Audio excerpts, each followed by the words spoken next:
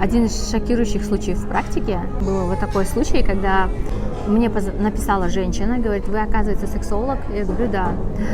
Понимаете, у моей дочки, кажется, есть гиперчувствительность половых органов, и она, ну, грубо говоря, получает оргазм просто от ходьбы. Я такая, а мы как раз вот буквально накануне по сексологии в закрытой группе, да, с профессорами обсуждали разные темы, и как раз там профессор поделился таким кейсом, когда девушка, вот как раз-таки точно такой же случай был, девушка, у нее примерно в 16 лет это началось, и она до 19 лет от любого прикосновения, то есть она даже не носила нижнее белье, потому что любое соприкасание с половыми органами вызывало у нее оргазм, прям такой длительный, и она даже вот ходила как-то специфически, чтобы не задевать, ну, чтобы вот эти внутренние органы не терлись, там какое-то вот соприкосновение вот этого не было.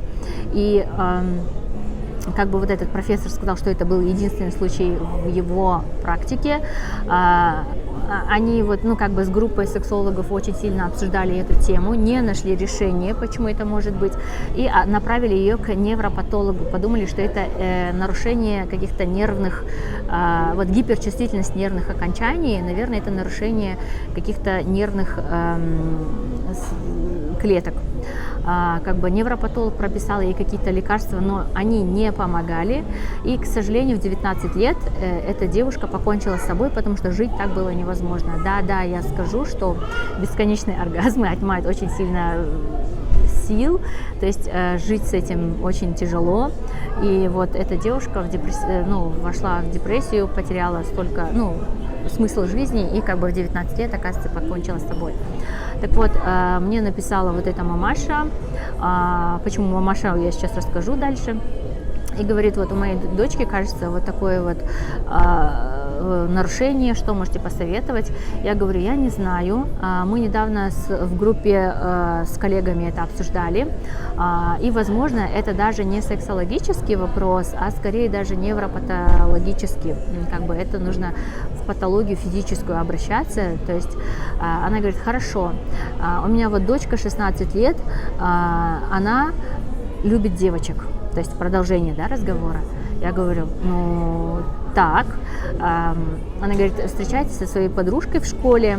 Видно, что мамаша такая прям вся очень нервная, такая невротичка такая. Ой, она даже, по-моему, позвонила мне, я помню ее голос, да.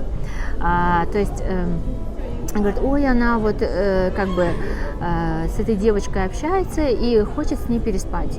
То есть я такая, так, ваше мнение по этому поводу? Она говорит, я ходила к гинекологу с этим запросом. Гинеколог сказала, что физически у нее никаких отклонений нет, все в норме, развитие в норме. И как бы, если хочет, пусть общается хоть с девочками, хоть с мальчиками, типа, it's okay.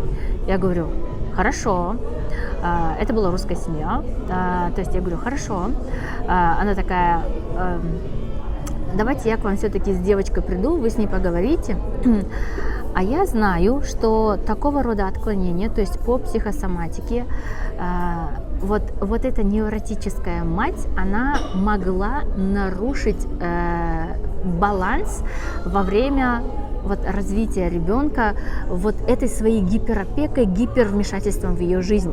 То есть я хотела больше поговорить с мамой, чем с девочкой. Я говорю, давайте так, приходите, пожалуйста, вы вместе с ребенком на консультацию, я просто с вами поговорю. И дальше я вам скажу, то есть это может быть вообще не моя проблема, то есть как специалиста, я, возможно, вас рекомендую пойти к другому специалисту и так далее, мы просто поговорим. Она такая, хорошо. Через какое-то время, то есть, допустим, мы с ней, кажется, на четверг, если она ко мне записалась, это был понедельник, во вторник она мне опять звонит и говорит, вот я та самая мама, мы сходили к гинекологу, и гинеколог сказала, что, если они будут, спать с этой девочкой, то,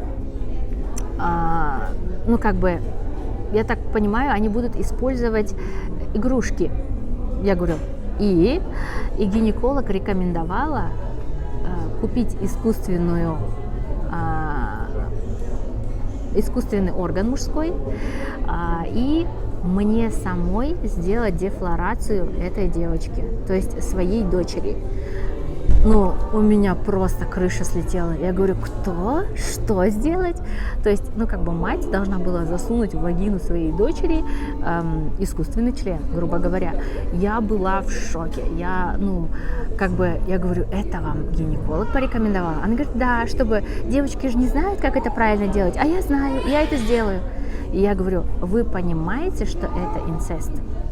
Она такая, ну это же гинеколог посоветовала. Я говорю, представьте, что это же сделает ее отец, а вы ее мать. То есть отец, мать – это абсолютно вот такие вот близкие для человека люди, и как бы это не должно так происходить. То есть сексуальная жизнь не должна протекать через мать никогда. То есть настолько, видите, эта мамаша залезла вот в жизнь этого ребенка, в мозги, в трусы, в постель. То есть уже вот так вот все идет. Я говорю, отстаньте, пожалуйста, от девочки. Возможно, она стала лесбиянкой из-за вас. Возможно, она, из-за вот этих вот слишком гиперопеки матери и вот этого влияния всего. Пожалуйста, отпустите ее в свободное плавание, перестаньте ее гиперопекать. То есть ей не понравились эти мои слова. Такие мамаши, они ищут подтверждение в том, что они делают все правильно, идут только к специалистам, которые одобряют все их вот эти гиперопеки и все вот эти моменты, которые связаны с тем, что как бы все она делает правильно, что надо вот так вот вмешиваться, что надо вот эту дефлорацию делать ей самостоятельно, что надо наблюдать, с кем она спит, как она это делает, правильно, неправильно, там и так далее, и так далее.